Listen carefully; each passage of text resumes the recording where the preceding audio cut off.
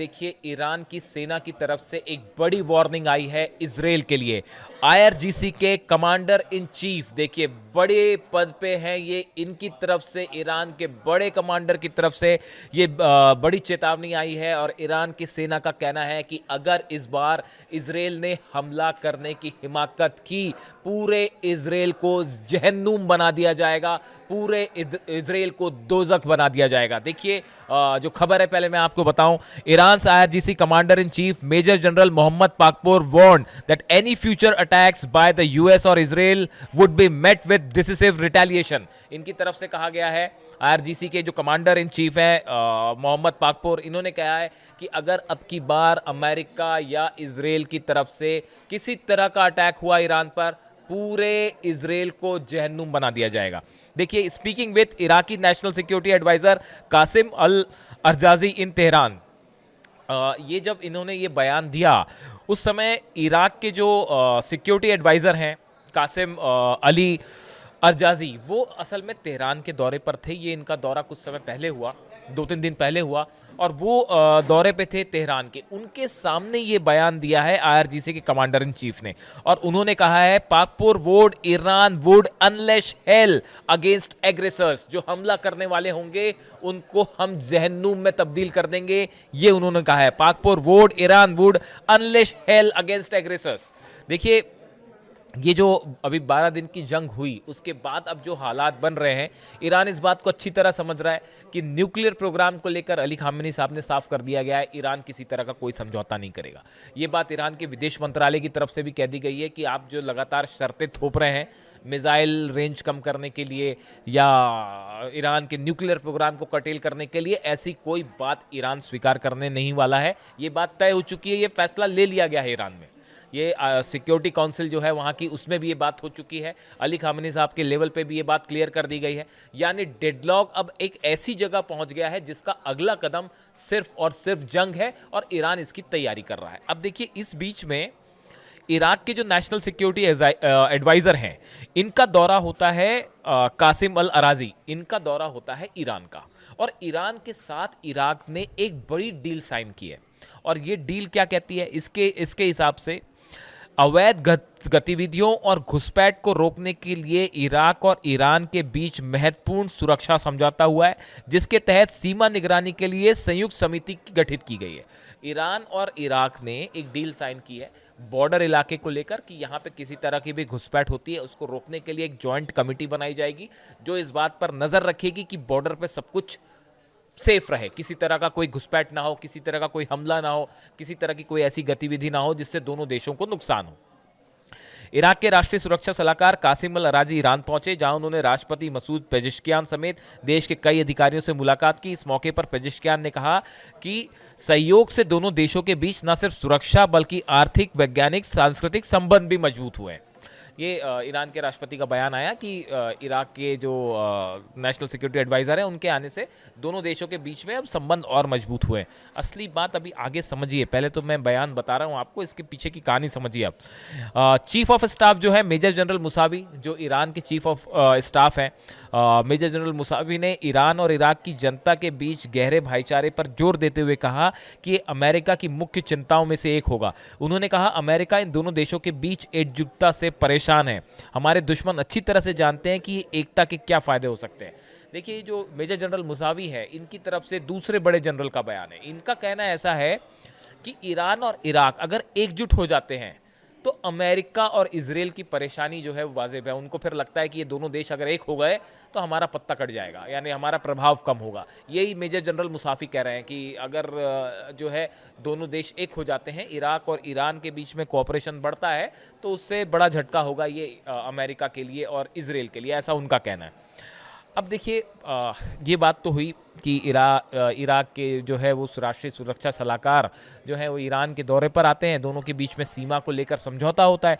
आपको लग रहा होगा कि इसमें कौन सी बड़ी बात है, ये तो आम बात है कि भाई कोई देश के राष्ट्रीय सुरक्षा सलाहकार गए और वहाँ पे उनकी सीमा पर सिक्योरिटी को लेकर एक डील हुई। आप भी ये सोच सकते हैं, कोई भी साधारण आदमी ये सोच सकता है। अब इसके अंदर की खबर सुनिए कि असल में इराक के राष्ट्रीय सुरक्षा सलाहकार और ईरान की क्या बात हुई। देखिए आईआरजीसी के commander in chief major general Mohammad Pakpour उसमें शामिल हैं। Chief of staff major general Mousavi जो है उन्होंने उनसे मुलाकात की है। तो कोई तो बड़ी डील हुई होगी पर्दे के पीछे, या कोई चर्चा तो हुई होगी। हमारे जो सोर्सेस कहते हैं, जो आप मिडिल ईस्ट के एक्सपर्ट्स होते हैं, अगर आप उनके ओपिनियंस देखें, वो कई जगह मैं पढ़ता हूँ, तो उसमें जो सबसे बड़ी बात है, जो 12 दिन की जंग हुई, ईरान पर जो हमले हुए अमेरिका की तरफ से, इजराइल की तरफ से, उस दौरान इराक के एयर स्पेस का इस्तेमाल किया गया ईरान पर हमला करने के लिए। ईरान ये सुनिश्चित करना चाहता है कि अब की बार जंग होए तो इराक के एयर स्पेस का इस्तेमाल ना होने दिया जाए। ये बड़ी बात है। असली जो चर्चा थी वो तो थी, सीमा पर जो है वो घुसपैठ रोकना है और सहयोग बढ़ाना है, ये तो है ही। देखिए, ईरान ने बड़ी तैयारी शुरू कर दी है जंग की, क्योंकि ये पता है आज नहीं तो कल ये हालात जरूर बनेंगे। अगर कोई डील नहीं हो पाई, जैसा कि कोशिश है अमेरिका की तरफ से, लेकिन शर्तें भी लगा दी जाती हैं बीच में, इसलिए जो है वो एक डेडलॉक पर मामला खड़ा है। और अली खामेनी साहब पहले ही कह चुके हैं कि इस बातचीत का कोई हल नहीं होगा, इस बातचीत से कोई नतीजा नहीं निकलेगा। हम अपना परमाणु कार्यक्रम किसी शर्त पे नहीं रोकेंगे, हम अपना मिसाइल प्रोग्राम तो रोकने का सवाल ही नहीं है। ऐसे में ये बात बहुत सारे लोगों का कहना है कि जैसे ही गजा को लेकर कुछ सेटलमेंट होगा, उसके बाद अगला कदम ईरान को लेकर होगा। डोनाल्ड ट्रंप के बयान भी ये इंडिकेट कर रहे हैं। जो हाल ही में वो इजराइल गए थे, वहाँ पे अगर आप नेतन्याहू की स्पीच सुने, वहाँ पे आप ट्रंप की स्पीच सुने, तो हर शख्स ये समझ पा रहा है कि अगला ईरान में कुछ बड़ा होने वाला है। या तो किसी चीज़ तरह की डील होगी, अब्राहम एकॉर्ड में ईरान को लाने की कोशिश कर रहे हैं ट्रंप, लेकिन ये कितना हो पाएगा बड़ा मुश्किल है। ये तो अमेरिका की शर्तों पर ईरान यही कह रहा है कि आपकी शर्तों पर तो हम बात नहीं कर सकते। तो अब ऐसे हालात में हर कोई समझ रहा है कि एक बड़ी जंग की तरफ मामला फिर बढ़ रहा है। भले एक एक स्टेप बढ़ रहा है, लेकिन बढ़ रहा है। अब ये जो इराक के साथ चर्चा थी, उस चर्चा का असली मुद्दा यही था कि जो 12 दिन की जंग थी, उसमें इराक के एयर स्पेस का इस्तेमाल किया गया ईरान पर हमला करने के लिए।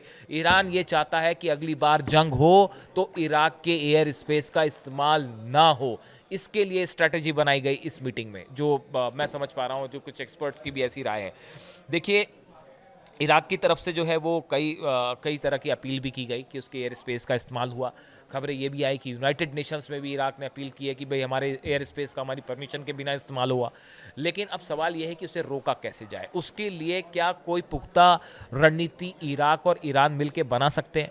ये कई सारे सवाल हैं। इराक में देखिए एयरबेसेस भी हैं अमेरिका के, इसमें कोई दो राय नहीं है। लेकिन कैसे रोका जाए, असली रणनीति ये थी। आप देखिए, ईरान हर स्टेप पे धीरे धीरे काम कर रहा है।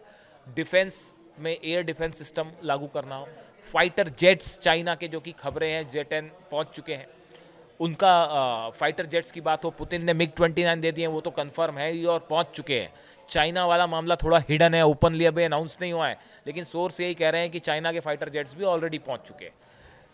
आप देखिए, मिसाइल डिफेंस सिस्टम जो है वो, मेरे मुताबिक जो मैंने समझ पाया है, वो इस्फहान के आसपास ऑलरेडी S-400 तैनात है। जो बीच में खबर आई थी कि S-400 इस्फहान के पास एक मिसाइल टेस्ट हुआ है। मैंने उसको बड़ी बारीकी से समझने की कोशिश की कि वो मिसाइल किस तरह की मिसाइल थी, उसमें क्या किस रेंज की मिसाइल इस्तेमाल की गई, क्या उसके बाद आफ्टर इफेक्ट्स आए।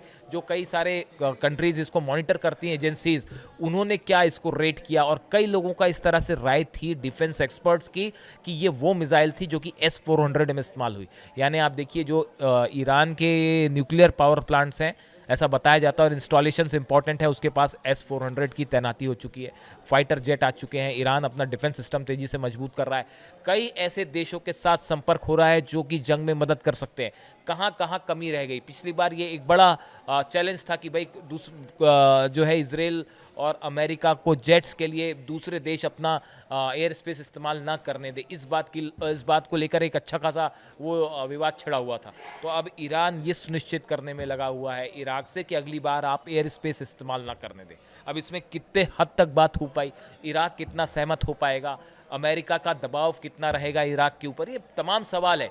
लेकिन डिप्लोमेसी यही कहती है कि आपको लगातार कोशिश करनी होगी, और यही आपको स्टेप बाय स्टेप चीज़ें होती हैं। कोई चीज़ एकदम से कभी नहीं होती। आप धीरे धीरे कोशिश करते हैं तो चीज़ें बदलती हैं। आप देखिए, अफगानिस्तान के साथ भी ईरान ने अपने टर्म्स बेहतर किए हैं, और खासकर बगराम एयरपोर्ट को लेकर जो बयान आए अमेरिका के ट्रम्प के, उसके बाद ईरान ने जो है वो अफगानिस्तान का सपोर्ट किया। यानी आप देखिए जब जंग की बात होती है तब आप कई सारे उसमें रूल्स काम करते हैं कि दुश्मन का दुश्मन जो है वो आपका दोस्त होता है, ऐसा कहा जाता है। और कूटनीति भी यही कहती है कि आपको कई बार अपने छोटे मतभेद हटा के भुला के चीज़ों को बड़ा बनाना होता है। यही वजह है कि ईरान बार बार अब अरब देशों से भी अपील कर रहा है कि भाई अगर वेस्ट बैंक में इसराइल ने किसी तरह का हमला किया तो आप जवाब दीजिए, मिल के जवाब दीजिए, फ़ौरन जवाब दीजिए, एकजुट होइए। अगर मिडिल ईस्ट में कंट्रीज़ एकजुट हो जाती हैं तो ये बड़ा सेटबैक होगा इसराइल के लिए, और अमेरिका भी इस बात को समझता है। तो अब देखिए इसीलिए शायद ये chief of staff major general Mousavi कह रहे हैं कि अगर ईरान और इराक की एक कॉमन स्ट्रैटेजी हो जाए तो इसराइल अमेरिका के लिए सेटबैक होगा। खैर अभी फिलहाल हालात ये है कि आईआरजीसी की तरफ से जो ईरान की सेना है, इनके जो 2 बड़े जनरल्स हैं, इनकी तरफ से बड़ी चेतावनी, खासकर आईआरजीसी के कमांडर इन चीफ है मेजर जनरल मोहम्मद पाकपोर की तरफ से कि अगर हमला किया इसराइल ने तो जहन्नुम बना देंगे। यानी कुल मिला के आप देखें ईरान के साथ सामने पिक्चर बड़ी क्लियर है। ईरान ये समझ रहा है इस बात को, स्नैपबैक सैंक्शंस लगे हैं, न्यूक्लियर डील एंड हो चुकी है। इन हालात में आईएईए बाहर है ईरान से, यानी आप देखिए कभी भी मामला बिगड़ सकता है, मामला जंग की तरफ जा सकता है, और इसके लिए ईरान की सेना तैयार है। इन हालात में इससे जुड़ा जो भी अपडेट होगा आप तक पहुंचाएंगे। आप भी कमेंट करिए और ये बताइए कि क्या आपको लगता है कि ईरान के साथ किसी तरह की परमाणु डील हो पाएगी अमेरिका की, या फिर गजा के बाद एक बार फिर हम जंग की तरफ हालात को बढ़ते देख रहे हैं। आपकी क्या राय है बताइए। Thank you so much.